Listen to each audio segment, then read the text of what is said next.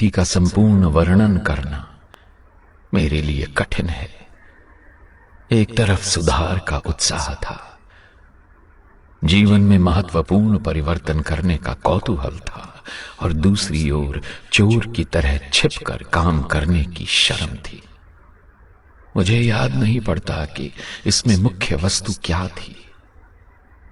हम नदी की तरफ एकांत की खोज में चले, दूर जाकर ऐसा कोना खोजा जहां कोई देख ना सके, और कभी ना देखी हुई वस्तु मांस देखी। साथ में डबल रोटी थी। दोनों में से एक भी चीज मुझे भाती नहीं थी। मांस चमड़े जैसा लगता था, खाना असंभव हो गया। मुझे उल्टी होने लगी, खाना छोड़ देना पड़ा। मेरी वो रात बहुत बुरी बीती। नींद नहीं आई। सपने में ऐसा आभास होता था मानो शरीर के अंदर बकरा जिंदा हो और रो रहा हो। मैं चौंक उठता, पछताता, और फिर सोचता कि मुझे तो मांसाहार करना ही है, हिम्मत नहीं हारनी है। मित्र भी हार मानने वाले नहीं थे। उन्होंने अब मांस को अलग अलग ढंग से पकाने, सजाने और ढकने का प्रबंध किया। नदी किनारे ले जाने के बदले किसी बावर्ची के साथ बातचीत करके चोरी छिपे एक सरकारी डाक बंगले पर ले जाने की व्यवस्था की, और वहां कुर्सी, मेज वगैरह सामान के प्रलोभन में मुझे डाला। इसका असर हुआ। डबल रोटी की नफरत कुछ कम पड़ी, बकरे की दया छूटी, और मांस का तो कह नहीं सकता, पर मांस वाले पदार्थों में स्वाद आने लगा। इस तरह 1 साल बीता होगा, और इस बीच 5-6 बार मांस खाने को मिला होगा, क्योंकि डाक बंगला सदा सुलभ न रहता था, और मांस के स्वादिष्ट माने जाने वाले बढ़िया पदार्थ भी सदा तैयार नहीं हो सकते थे। फिर ऐसे भोजन पर पैसा भी खर्च होता था। मेरे पास तो फूटी कौड़ी भी नहीं थी, इसलिए मैं कुछ दे नहीं सकता था। इस खर्च की व्यवस्था उन मित्रों को ही करनी होती थी। कैसे व्यवस्था की, इसका मुझे आज तक पता नहीं है। उनका इरादा तो मुझे मांस की आदत लगा देने का, भ्रष्ट करने का था, इसलिए वे अपना पैसा खर्च करते थे। पर उनके पास भी कोई खजाना नहीं था, इसलिए ऐसी दावतें कभी कभी ही हो सकती थी। जब जब ऐसा भोजन मिलता, तब तब घर पर तो भोजन हो ही नहीं सकता था। जब माताजी भोजन के लिए बुलाती, तब आज भूख नहीं है, खाना हजम नहीं हुआ है, ऐसे बहाने बनाने पड़ते थे। ऐसा कहते समय हर बार मुझे भारी आघात पहुंचता था। ये झूठ, वो भी मां के सामने। और अगर माता पिता को पता चले कि लड़के मांसाहारी हो गए हैं, तब तो उन पर बिजली ही टूट पड़ेगी। ये विचार मेरे दिल को कुरेदते रहते थे, इसलिए मैंने निश्चय किया, मांस खाना आवश्यक है, उसका प्रचार करके हम हिंदुस्तान को सुधारेंगे। पर माता पिता को धोखा देना और झूठ बोलना तो मांस न खाने से भी बुरा है। इसलिए माता पिता के जीते जी मांस नहीं खाना चाहिए। उनकी मृत्यु के बाद स्वतंत्र होने पर खुले तौर पर मांस खाना चाहिए, और जब तक वो समय न आवे तब तक मांसाहार का त्याग करना चाहिए। अपना ये निश्चय मैंने मित्र को जता दिया, और तब से मांसाहार जो छूटा, सदा के लिए छूटा। माता पिता कभी ये जान ही ना पाए कि उनके 2 पुत्र मांसाहार कर चुके हैं। माता पिता को धोखा न देने के शुभ विचार से मैंने मांसाहार छोड़ा, पर वो मित्रता नहीं छोड़ी। मैं मित्र को सुधारने चला था, पर खुद ही गिरा, और गिरावट का मुझे होश तक ना रहा।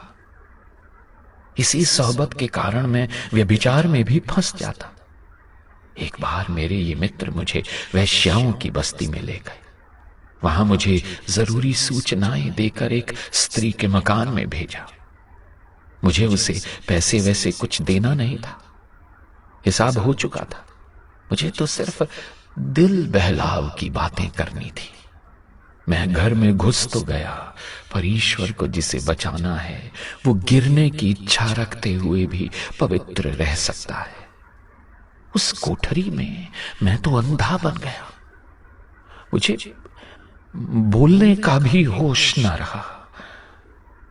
मारे शर्म के सन्नाटे में आकर उस औरत के पास खटिया पर बैठा, पर मुंह से बोलना निकल सका। औरत ने गुस्से में आकर मुझे 2-4 खरी खोटी सुनाई और दरवाजे की राह दिखाई। उस समय तो मुझे जान पड़ा कि मेरी मर्दानगी को बट्टा लगा और मैंने चाहा कि धरती जगह दे तो मैं उसमें समा जाऊं। पर इस तरह बचाने के लिए मैंने सदा ही भगवान का आभार माना है। मेरे जीवन में ऐसे ही दूसरे 4 प्रसंग और आए हैं। कहना होगा कि उनमें से ज्यादा बार अपने प्रयत्न के बिना केवल परिस्थिति के कारण मैं बचा हूं। विशुद्ध दृष्टि से तो इन प्रसंगों में मेरा पतन ही माना जाएगा। चूंकि विषय की इच्छा की, इसलिए मैं उसे भोग ही चुका।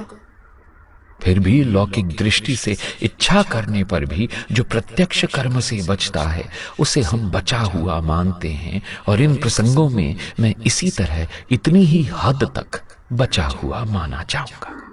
फिर कुछ काम ऐसे हैं जिन्हें करने से बचना व्यक्ति के लिए और उसके संपर्क में आने वालों के लिए बहुत लाभदायक होता है, और जब विचार शुद्धि हो जाती है तब उस कार्य में से बच जाने के लिए वो ईश्वर के प्रति अनुग्रहित होता है। जिस तरह हम ये अनुभव करते हैं कि पतन से बचने का प्रयत्न करते हुए भी मनुष्य पतित बनता है, उसी तरह ये भी एक अनुभव सिद्ध बात है कि गिरना चाहते हुए भी अनेक संयोगों के कारण मनुष्य गिरने से बच जाता है। इसमें पुरुषार्थ कहां है, दैव कहां है, अथवा किन नियमों के वश में होकर मनुष्य आखिर गिरता या बचता है, ये सारे गूढ़ प्रश्न हैं। इसका हल आज तक हुआ नहीं, और कहना कठिन है कि अंतिम निर्णय कभी हो सकेगा या नहीं। पर हम आगे बढ़े। मुझे अभी तक इस बात का होश नहीं हुआ कि मित्र की मित्रता अनिष्टकर है। वैसा होने से पहले मुझे अभी कुछ और कड़वे अनुभव प्राप्त करने थे। इसका बोध तो मुझे तभी हुआ जब मैंने उनके अकल्पनीय दोषों का प्रत्यक्ष दर्शन किया।